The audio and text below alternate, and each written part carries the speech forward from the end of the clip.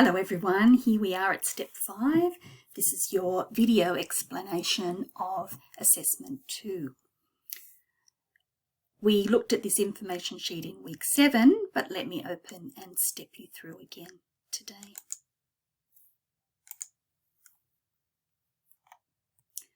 Alright, so assessment 2, as we've said before, is all about finding a job. There are 3 parts to assessment 2. The resume, the cover letter and the job interview. So we are focusing in week 8 on the resume with 5%. The cover letter we'll do in week 10 and the job interview in week 11. So let's just look at the moment at the resume. If we come down here, you can see that in week 8 you choose 1 out of 4 jobs. You analyse that job.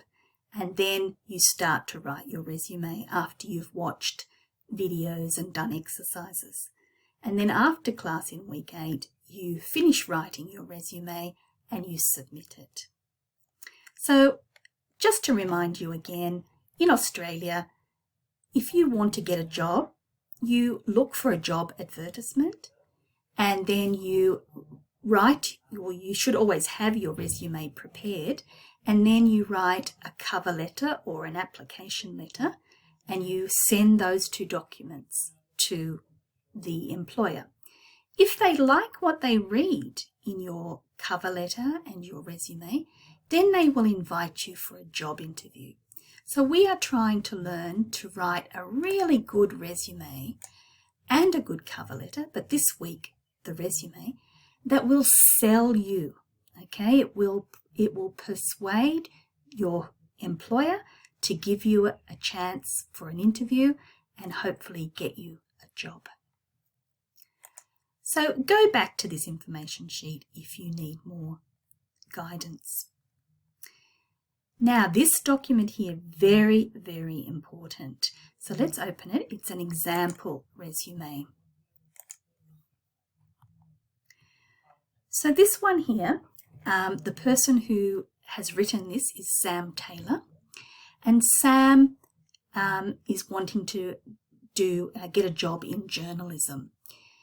This is an example. You cannot copy this because you are not a journalism student. You are not looking for a job as a journalist, all right? So you are looking to work for, say, a company like McDonald's or Hungry Jack's. So be very careful. This is an example only. Do not copy from it. But this shows us how a resume is set out. This first statement, you can call it a career statement, or it's just an introductory statement about you. This is where you can tell them in a couple of sentences who you are, what you're wanting to work in, the area you want to work in, and what you're good at. Then you will start with your education, and you start with the most recent and work back in time. So Sam Taylor, you can see, studied a Bachelor of Communication Studies at Macquarie University in Sydney.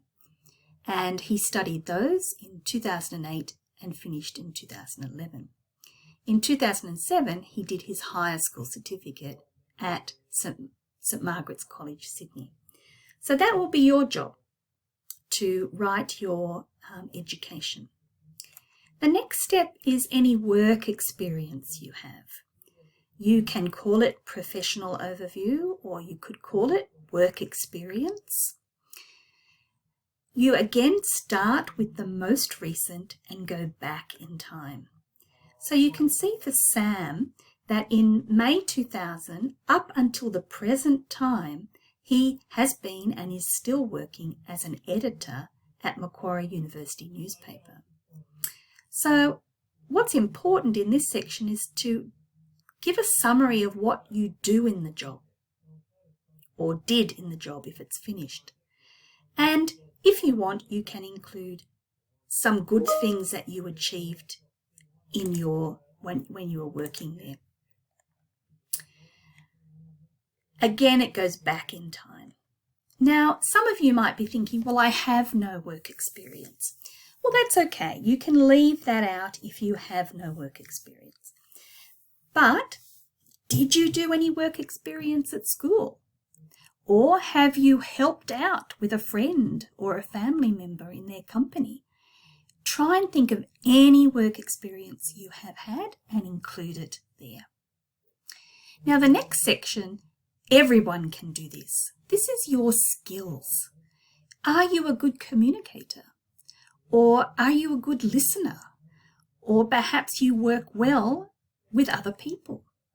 Maybe you're someone who can organize their time well. For example, as a student, you possibly have some great examples of being able to use your time and manage your time very well.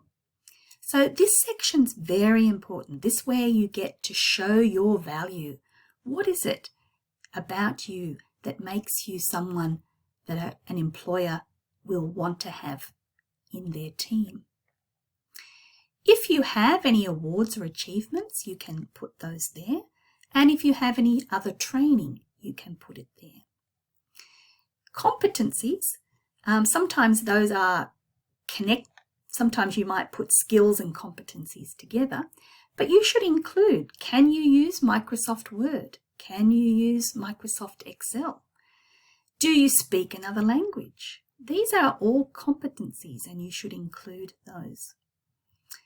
If you are a member of a group, you can include those there.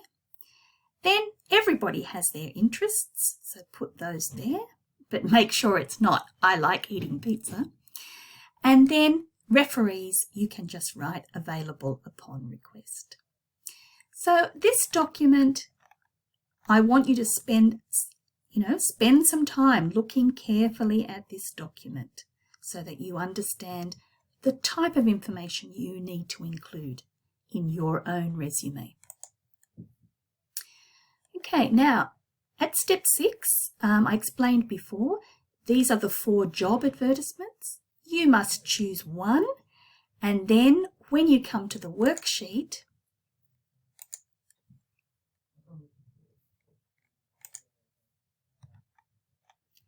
if you chose Hungry Jack's, then you would answer these 8 questions here for Hungry Jack's.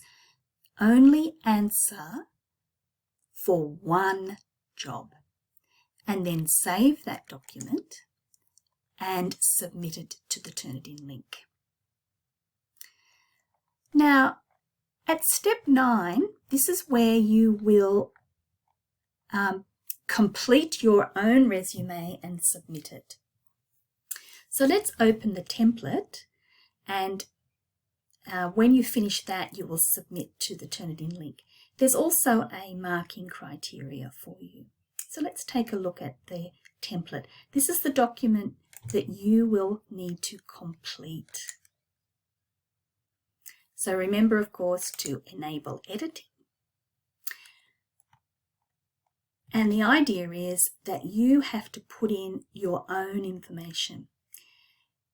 You can move these sections. You can rename these sections.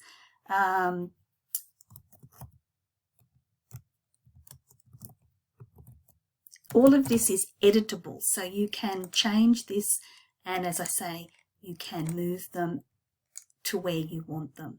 So whatever you can alter this. Obviously, don't leave your name sitting there. You actually put your name in there. All right. So the idea is that you must edit all of this. Do not simply leave text in here. Also, don't forget to delete the copyright box at the bottom. So you go right down to the bottom and you can delete that information. Now the idea is, as I said, you write your own summary here. So you would take that out and then you would do the writing here for you. All right. Also here, You can't leave that there. If you want to be a crew member at Hungry Jack's, that's what the role, that's the job you want to get, then you can put that there. And then tell us about you. What is it, the sort of job you are looking to get, the type of person who you are. Then you've got your academic information. Now you can, again, you can type more information in there.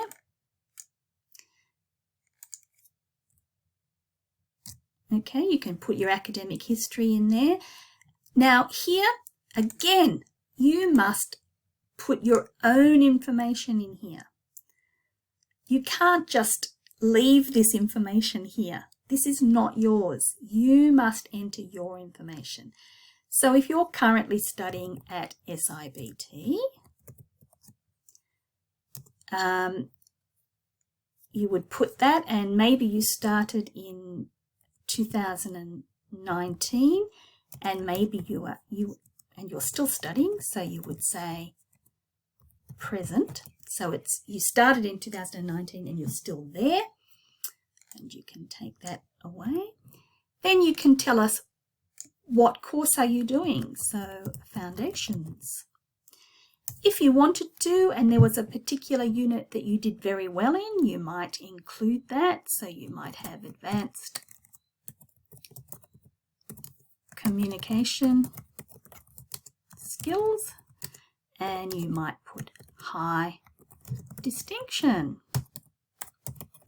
Okay, so you can include in there whatever it is that you want to show your future employer how good you are.